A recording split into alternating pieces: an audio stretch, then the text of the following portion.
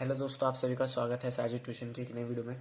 आज की वीडियो में हम chapter 6 molecular basis of inheritance का रिवीजन करने वाले हैं। और ये जो रिवीजन होगी इस चैप्टर की, ये 2 वीडियोस में होंगी क्योंकि ये चैप्टर काफ़ी लेंथी है। जैसे आपको पता है कि मैं मोबाइल डेटा से वीडियो अपलोड करता हूँ तो वीडियो काफ़ी लेंथी हो जाएगी, तो वो मेरे लिए पॉसिबल नहीं होगा।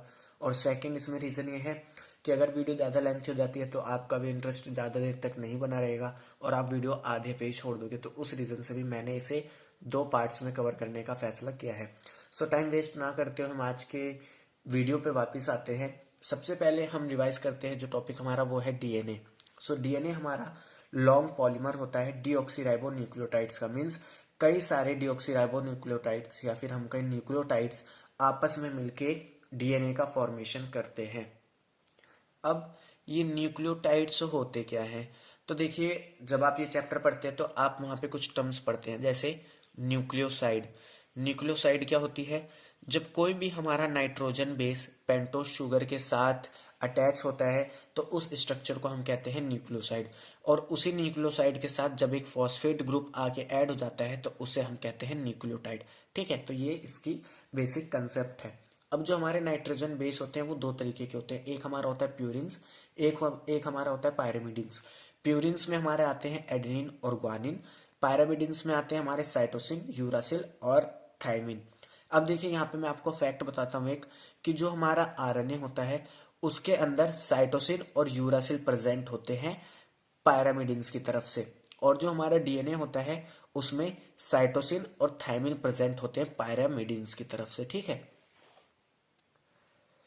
To nucleotide are linked through three five phosphodiester bond. अब देखिए, यहाँ पे हमने बात करी कि जो डीएनए होता है काफ़ी सारे न्यूक्लियोटाइड्स का पॉलीमर होता है। तो ये पॉलीमर्स या सॉरी ये न्यूक्लियोटाइड्स आपस में एक दूसरे से अटैच कैसे होते हैं? तो देखिए, जैसे मान लीजिए ये पेंटोस शुगर है।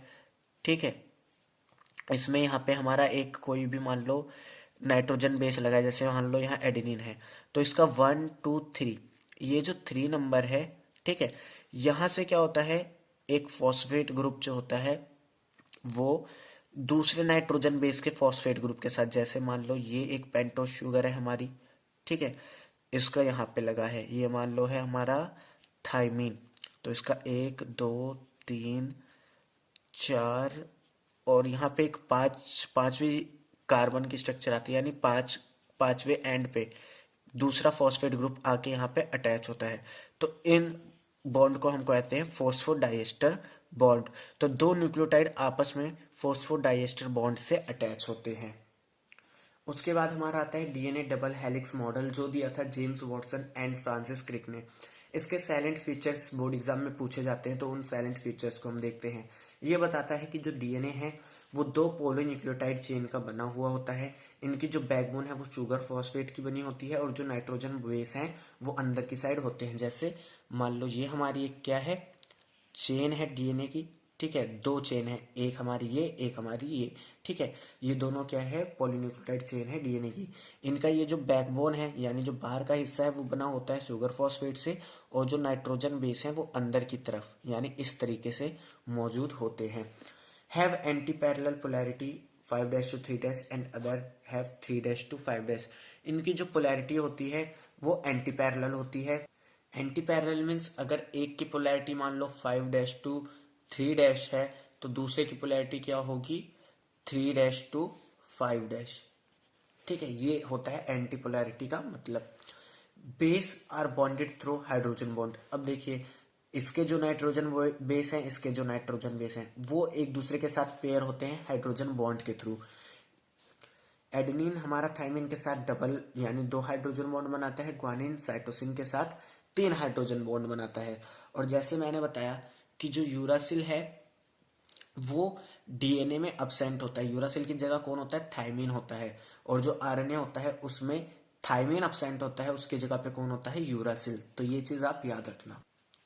Coiled in right-handed fashion, pitch 3.4 nanometre and 10 base pair in each point. देखिए, यहाँ पे बताया गया है कि ये जो 2 हमारी चेन होती है पॉलीन्यूक्लियोटाइड की, राइट हैंड फैशन में फॉल होती है यानी सीधे हाथ की तरफ मुड़ी हुई होती हैं। और इनकी जो पिच होती है, पिच मीन्स 2 टर्न्स के बीच में जो डिस्टेंस होता है उसी को बोलते हैं हम पिच। वो पिच का डिस्टेंस क्या होता है, 3.4 नैनोमीटर का। और एक पिच के अंदर 10 बेस पेयर होते हैं। सो अगर हम बात करें कि बेस पेयर के बीच में कितना डिस्टेंस होता है, तो वो होता है 0.34 नैनोमीटर का। ठीक है, ये चीज याद रखना। Plane of one base pair stack over the other. देखिए इसका मतलब मान लीजिए जैसे ये एक हमारी चेन है, इसकी जो दूसरी चेन है इसके ऊपर की साइड यानी दूसरे प्लेन पे होती है। ठीक है, और इनके बीच में जैसे ये जो मेरे पास जगह बची है ये, ठीक है, इसमें हाइड्रोजन बॉन्ड का फॉर्मेशन होता है एडेनिन थाइमिन और ग्वानिन साइटोसिन के बीच में। इसके बाद हमारा आता है सेंट्रल डोग्मा, जिसे दिया था फ्रांसिस क्रिक ने। ये हमें बताता है कि जो जेनेटिक इंफॉर्मेशन है वो फ्लो करती है डीएनए से आरएनए में, आरएनए से प्रोटीन में। अब देखिए इन्होंने कुछ प्रोसेसेस बताए, जैसे जब डीएनए अपनी कॉपी खुद बनाता है तो उस चीज को हम कहते हैं रेप्लिकेशन, और जब डीएनए एमआरएनए का फॉर्मेशन करता है तो उस प्रोसेस को हम कहते हैं ट्रांसक्रिप्शन, और जब एमआरएनए प्रोटीन का फॉर्मेशन करता है तो उस प्रोसेस को हम कहते हैं ट्रांसलेशन। बट इसकी कुछ लिमिटेशंस भी थी जो बोर्ड एग्जाम में पूछी जाती है, कि कुछ वायरसेस में देखा जाता है कि जो फ्लो ऑफ इंफॉर्मेशन होता है वो उल्टा होता है, मीन्स वो आरएनए से डीएनए का फॉर्मेशन करते हैं। जैसे आप जब चैप्टर 8 पढ़ेंगे तो उसमें आप रेट्रोवायरस पढ़ेंगे। रेट्रोवायरस की फैमिली में जो वायरस होते हैं वो क्या करते हैं, आरएनए से डीएनए का फॉर्मेशन करते हैं। तो इस प्रोसेस को हम कहते हैं रिवर्स ट्रांसक्रिप्शन। इसके बाद आता है पैकेजिंग ऑफ डीएनए हेलिक्स। इसमें क्या होता है, जो प्रोकैरियोट्स होते हैं उनका न्यूक्लियस वेल डिफाइन नहीं होता, जिसकी वजह से डीएनए जो नेगेटिवली चार्ज होता है वो किसी भी प्रोटीन के साथ, जो एक पॉजिटिवली चार्ज प्रोटीन होता है उसके साथ एक रीजन में अटैच रह के होके रहता है, जिसे हम कहते हैं न्यूक्लियोइड। न्यूक्लियोइड क्या है, एक रीजन है जहां पे क्या होगा, डीएनए उस प्रोटीन के साथ बाइंड होके रहेगा। इसके बाद हम आते हैं यूकैरियोट्स में ये चीज कैसे होती है। तो देखिए यूकैरियोट्स में एक प्रोटीन होता है जिसका नाम होता है हिस्टोन। पॉजिटिवली चार्ज प्रोटीन होता है ये, क्यों, क्योंकि इसके पास कुछ बेसिक अमीनो एसिड होते हैं जैसे लाइजिन और आर्गनिन, जिनकी साइड चेन में पॉजिटिव चार्ज देखा जाता है। तो इसी की वजह से ये जो हिस्टोन है ये पॉजिटिवली चार्ज होता है। ये हिस्टोन जो है एक 8 मॉलिक्यूल की स्ट्रक्चर बनाता है जिसे हम कहते हैं हिस्टोन ऑक्टामर, और ये हिस्टोन ऑक्टोमर के पास क्या होता है, पॉजिटिव चार्ज होता है। तो जो नेगेटिवली चार्ज डीएनए होता है वो इस हिस्टोन ऑक्टोमर के चारों तरफ रैप कर लेता है अपने आप को, यानी लपेट लेता है, और न्यूक्लियोसोम का फॉर्मेशन करता है। न्यूक्लियोसोम बेसिकली क्या है, हमारी स्ट्रक्चर है।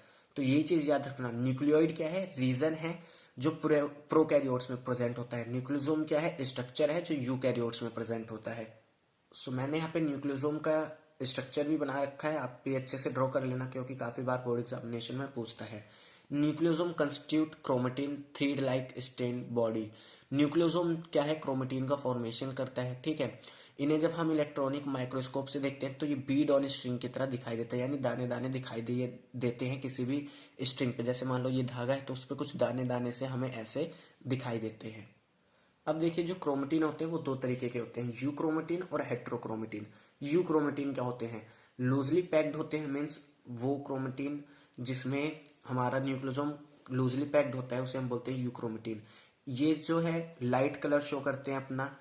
ट्रांसक्रिप्शनली एक्टिव, ये ट्रांसक्रिप्शन करते हैं यानी डीएनए से आरएनए बनाते हैं। हेट्रोक्रोमेटिन क्या होते हैं, डेंसली पैक्ड होते हैं, इनमें मतलब जो न्यूक्लियोसोम होता है एक दूसरे से काफी अटैच रहता है। डार्क कलर, ये डार्क कलर के होते हैं जब हम इन्हें माइक्रोस्कोप से देखते हैं। ट्रांसक्रिप्शनली इनएक्टिव, ये ट्रांसक्रिप्शन नहीं करते हैं। सो ये डिफरेंस है यूक्रोमेटिन और हेट्रोक्रोमेटिन में जो कई बार बोर्ड एग्जामिनेशन में पूछता है। अब हम आते हैं इस चैप्टर के सबसे इंपॉर्टेंट टॉपिक पे जो है सर्च फॉर जेनेटिक मटेरियल। यहाँ पे आप 4 एक्सपेरिमेंट पढ़ेंगे, transforming principle, biochemical nature, genetic material is DNA and semi conservative nature of DNA. इस चैप्टर में जो 4 एक्सपेरिमेंट है हर साल यहाँ से एक ना एक एक्सपेरिमेंट जरूर पूछा जाता है, तो इन एक्सपेरिमेंट को अच्छे से पढ़ना। सबसे पहले हमारा आता है ट्रांसफॉर्मिंग प्रिंसिपल का एक्सपेरिमेंट। ये एक्सपेरिमेंट करा था फेडरिक ग्रिफ्ट ने। ठीक है, इन्होंने जो बैक्टीरिया यूज करा था उसका नाम था स्ट्रेप्टोकोकस निमोनिया, और इन्होंने जो एनिमल यूज करा था उसका नाम था माइस यानी चूहा। स्ट्रेप्टोकोकस निमोनिया जो था उसके 2 स्ट्रेन मिलते हैं हमें, एक होता है एस स्ट्रेन, एक होता है आर स्ट्रेन। एस स्ट्रेन वाले जो स्ट्रेप्टोकोकस निमोनिया होते हैं ये एक शाइनी कॉलोनी प्रोड्यूस करते हैं अपने चारों तरफ, और जो आर स्ट्रेन वाले निमोनिया होते हैं ये रफ कॉलोनी प्रोड्यूस करते हैं। आर स्ट्रेन वाले वायरलेंट होते हैं, मीन्स ये डेथ करते हैं किसी भी इन्फेक्शन करके किसी भी ऑर्गेनिज्म में, और जो आर स्ट्रेन होते हैं ये नॉन वायरलेंट होते हैं। अब देखिए इन्होंने अपने एक्सपेरिमेंट में क्या करा फ्रेडरिक ग्रिफ्ट ने, कि जब उन्होंने एस स्ट्रेन बैक्टीरिया को माइस के अंदर इंजेक्ट करा तो उन्होंने देखा कि जो माइस है वो मर गया है। जब उन्होंने आर स्ट्रेन बैक्टीरिया को माइस के अंदर इंजेक्ट करा तो उन्होंने देखा कि माइस जो है जिंदा है। तो यहाँ से उन्होंने अपनी पहली ऑब्जर्वेशन लिख ली। अब उन्होंने क्या करा, एस स्ट्रेन बैक्टीरिया को हीट करा और उसे मार दिया, ठीक है। तो जब उन्होंने उस heat killed S strain bacteria को माइस के अंदर इंजेक्ट करा तो माइस जिंदा था। अब उन्होंने क्या करा, उस एस स्ट्रेन बैक्टीरिया को जिसको उन्होंने मारा था उसको एक प्लेट पे रखा और उसी प्लेट पे आर स्ट्रेन बैक्टीरिया को ग्रो कराया, ठीक है। और उन दोनों को इकट्ठे ही एक माइस में इंजेक्ट करा। तो उन्होंने देखा कि जो माइस है उसकी डेथ हो चुकी है। तो यहां से उन्होंने कंक्लूजन निकाला कि जब उन्होंने सिंपली आर स्ट्रेन को इंजेक्ट करा था तो माइस तब नहीं मरा था। तो क्या वजह है कि इस बार माइस मर गया, क्योंकि एस स्ट्रेन क्या है, मर चुका है। सो इसके पीछे उन्होंने रीजन दिया कि ट्रांसफॉर्मिंग प्रिंसिपल। देखिए इन्होंने जो टर्म यूज करी वो है ट्रांसफॉर्मिंग प्रिंसिपल। बेसिकली इस ट्रांसफॉर्मिंग प्रिंसिपल का मतलब होता है जेनेटिक इंफॉर्मेशन या हम कहें जेनेटिक मटेरियल, जो चीज ट्रांसफर हुई है, ठीक है। सो अगर आपसे पूछता है कि ट्रांसफॉर्मिंग प्रिंसिपल क्या है ग्रिफिथ की नॉलेज में, तो वो हमारा क्या है, जेनेटिक मटेरियल है जो ट्रांसफर हुआ हीट किल्ड एस स्ट्रेन से आर स्ट्रेन में। और उसने क्या करा, आर स्ट्रेन को वायलेंट बना दिया। यानी एस स्ट्रेन से जो ट्रांसफॉर्मिंग प्रिंसिपल या जो जेनेटिक इन्फॉर्मेशन आर स्ट्रेन में ट्रांसफर हुई उसने आर स्ट्रेन को वायलेंट बना दिया, जिससे आर स्ट्रेन ने क्या करा, माइस के अंदर इन्फेक्शन कॉज करा और उसकी डेथ हो गई। ये ऑब्जर्वेशन हमें किसने दी, फ्रेडरिक ग्रिफ्ट ने। अब देखिए ग्रिफिथ ने जो एक्सपेरिमेंट करा उसके बाद उसकी ट्रांसफॉर्मिंग प्रिंसिपल के बायोकेमिकल नेचर मीन्स ये जानने के लिए कि वो आरएनए है, प्रोटीन है, डीएनए, ये जानने के लिए एक्सपेरिमेंट चालू हुए।